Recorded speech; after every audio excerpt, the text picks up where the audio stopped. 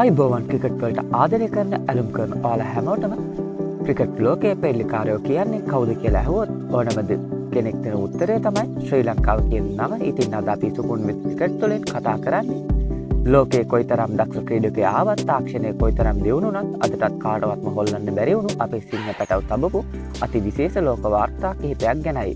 Video එකට යන්න කලින් අපේ channel එක subscribe කරලා නැත්නම් subscribe කරලා තියාගන්න, බෙල් එකන all කරලා තියාගන්න. එතකොට මේ වගේ වටිනා වීඩියෝ එකක් ඔයාලට දැම්ම ගමන් බලා ගන්නත් පුළුවන්. පළවෙනි එක ගැන කතා කරද්දී අපිට මතක් වෙන්නේ එකම එක නමයි. ඒ තමයි දඟපන්දු යැවීමේ මන්තරකාරයා මුත්තයියා මුරලිදරන් මුරලි ටෙස්ට් පිටියේ ලබාගත් කඩලු 800 වාර්තාව කියන්නේ ක්‍රිකට් පවතින තාක් බිඳින්න බැරි, හිතන්නවත් බැරි වාර්තාවක් වෙන නිසායි.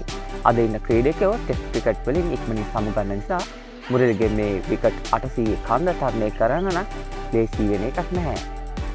දෙවෙනි වාර්තාව තමයි මේක කණ්ඩායම් වාර්තාවක් 1997 වසරේ ආර්.ප්‍රේමදාස පිටියේදී අපේ කොල්ලෝ ඉන්දියාවට එරෙහිව ලකුණු 952ක් ලබා ගත්තා. ඒ දින දෙකමාරක් තිස්සේ ඉන්දිය පන්දු යවන්නන් එම්බත් කරපු ඒ ඉනිම අදටත් ටෙස්ට් ඉතිහාසයේ කණ්ඩායමක් රැස් කරපු වැඩිම ලකුණු සංඛ්‍යාව වෙනවා. මේ වාර්තාව ළඟටවත් එන්න අද කිසිම ටීම් එකකට ලේසි වෙලා නැහැ.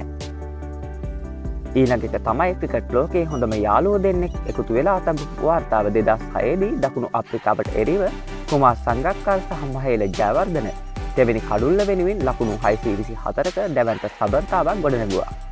ඕනෑම කඩුල්ලක් සඳහා ජාත්‍යන්තර මට්ටමේ තියෙන ඉහළම සබඳතාවය මේක තමයි. මේක නම් ලේසියෙන් බිඳින්න පුළුවන් එකක් නෙමෙයි.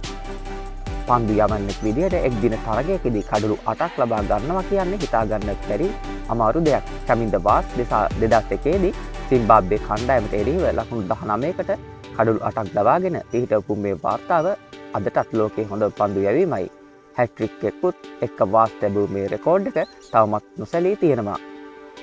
අවසාන වශයෙන් අපි කතා කරන්නේ මාලිංග ලෝක කුසලානයක පන්දු 4කදී කඩලු 4ක් ලබා ගත්තා. දකුණු අප්‍රිකාවට එරෙහිව ලෝකයේ එකම ක්‍රීඩකයා මාලිංගයි.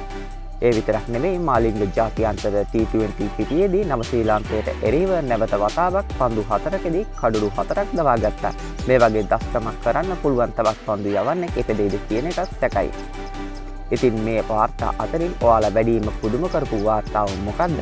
ඒ වගේම කොල්ලෝ තවත් ඉස්සරහට මොන වගේ ලෝක වාර්තා තියයිද කියලා ඔයාලා හිතනවද? පල්ලෙහින් කමෙන්ට් එකක් දාන්න අමතක කරන්න එපා. වීඩියෝ එක හොඳයි නම් ලයික් එකක් දාලා ෂෙයා කරන්නත් අමතක කරන්න එපා. මම සුපුන් දේශප්‍රිය. අපි තවත් මෙවැනි වටිනා වීඩියෝ එකකින් හමු වෙමු. එතෙක් ඔයාලට ජයග්‍රාහී දවසක් වේවා.